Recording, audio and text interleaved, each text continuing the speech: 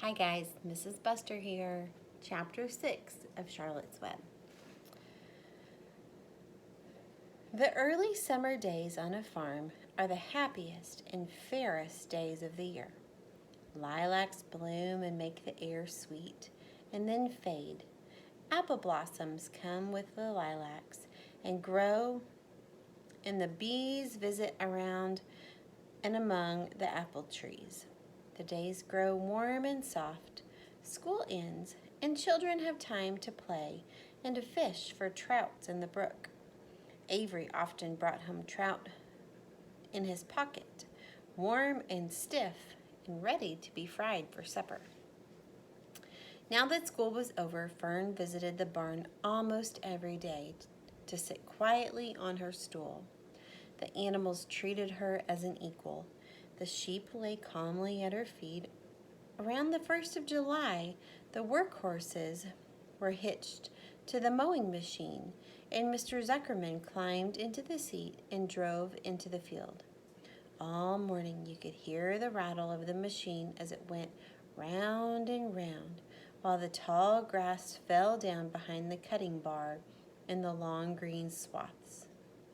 Next day, if there was no thunder shower, all hands would help rake and pitch and load, and the hay would be hauled to the barn in the high hay wagon, with Fern and Avery riding at the top of the load. Then the hay would be hoisted, sweet and warm, into the big loft, until the whole barn seemed like a wonderful bed of timothy and clover.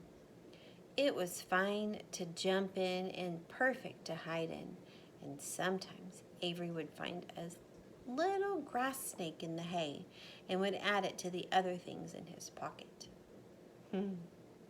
Early summer days are a jubilee time for birds.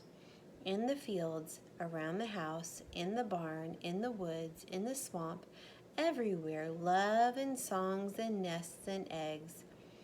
From the edge of the woods, the white-throated sparrow, which must come all the way from Boston, calls, "Oh, Peabody, Peabody, Peabody!" On an apple bough, the phoebe teeters and wags its tail and says, "Phoebe, Phoebe." The song sparrow, who knows how brief and lovely life is, says, "Sweet, sweet, sweet interlude, sweet, sweet, sweet interlude." If you enter the barn, the swallows swoop down from their nest and scold. "Cheeky, cheeky," they say. In early summer, there are plenty of things for a child to eat and drink and suck and chew. Dandelion stems are full of milk. Clover heads are loaded with nectar. The Frigidaire is full of ice-cold milk. The Frigidaire is their refrigerator. Ice-cold drinks. Everywhere you look is life. Even the little ball of spit on the milkweed. If you poke it apart, it has a green worm inside of it. And on the underside of the leaf is the potato vine, and they are bright orange eggs of the potato bug. It was on this day in early summer that the goose eggs hatched. This was an important event in the barn cellar. Fern was there sitting on her stool when it happened, except the goose herself. Charlotte was the first to know the goslings had at last arrived. The goose knew a day in advance that they were coming. She could hear their weak voices calling from inside the egg. She knew that they were in a desperately cramped position inside the shell and were most anxious to break through and get out. So she sat quiet, quite still, and talked less than usual.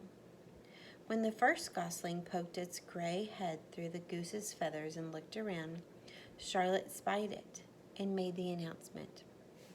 "I am sure," she said, "that every one of us here will be gratified to learn that after 4 weeks of unremitting effort and patience on the part of our friend the goose, she now has something to show for it. The goslings have arrived. May I offer my sincere congratulations?" "Thank you, thank you, thank you," said the goose, nodding and bowing shamelessly. "Thank you," said the gander. "Congratulations," shouted Wilbur. "How many goslings are there? I can only see one." "There are 7," said the goose. "Fine," said Charlotte. 7 is a lucky number.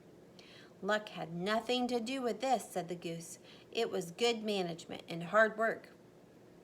At this point, Templeton showed his nose from his hiding place under Wilbur's trough. He glanced at Fern.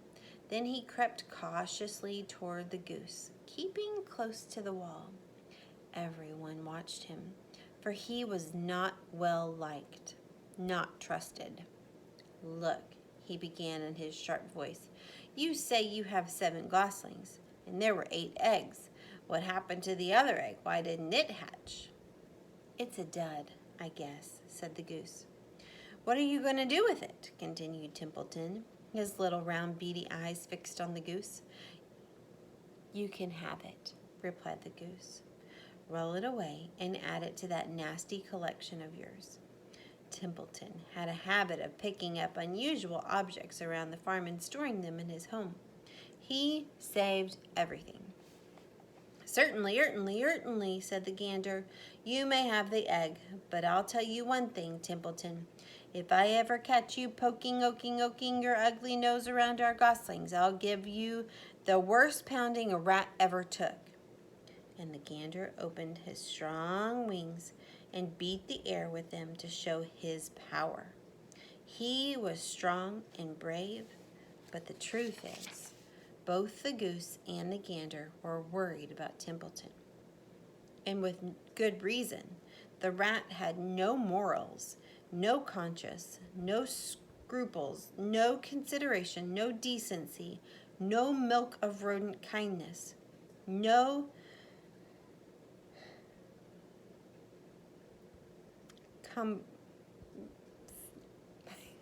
I don't know this word. Compunctions. Compunctions. No higher feeling, no friendliness, no anything. He would kill a gosling if he could get away with it. The goose knew that. Everybody knew that. Here's a picture. See, there's Templeton the rat with the egg, and the gander and the goose, and there is Fern. Oh, and there's Charlotte up there. With her broad bill, the goose pushed the unhatched egg out of the nest, and the entire company watched it in disgust while the rat rolled it away. Even Wilbur, who could eat almost anything, was appalled. "Imagine wanting a junky, old, rotten egg," he muttered. "A rat is a rat," said Charlotte. She laughed a tinkling little laugh. "But, my friends, if that ancient egg ever breaks, this barn will be untenable." "What does that mean?" asked Wilbur. "It means nobody will be able to live here on account of the smell. A rotten egg is a regular stink bomb." "I won't break it," snarled Templeton. "I know what I'm doing. I handle stuff like this all the time." He disappeared into the tunnel, pushing the goose egg in front of him. He pushed and nudged till he succeeded in rolling it to his lair under the trough. That afternoon, when the wind had died down and the barnyard was quiet and warm, the gray goose led her 7 goslings off the nest and out into the world. Mr. Zuckerman spied them when he came with Wilbur's supper. "Well, hello there," he said, smiling all over. "Let's see. 1, 2, 3, 4, 5, 6, 7. 7 baby geese. Now how lovely." And that's the end of chapter 6. See you tomorrow for chapter 7.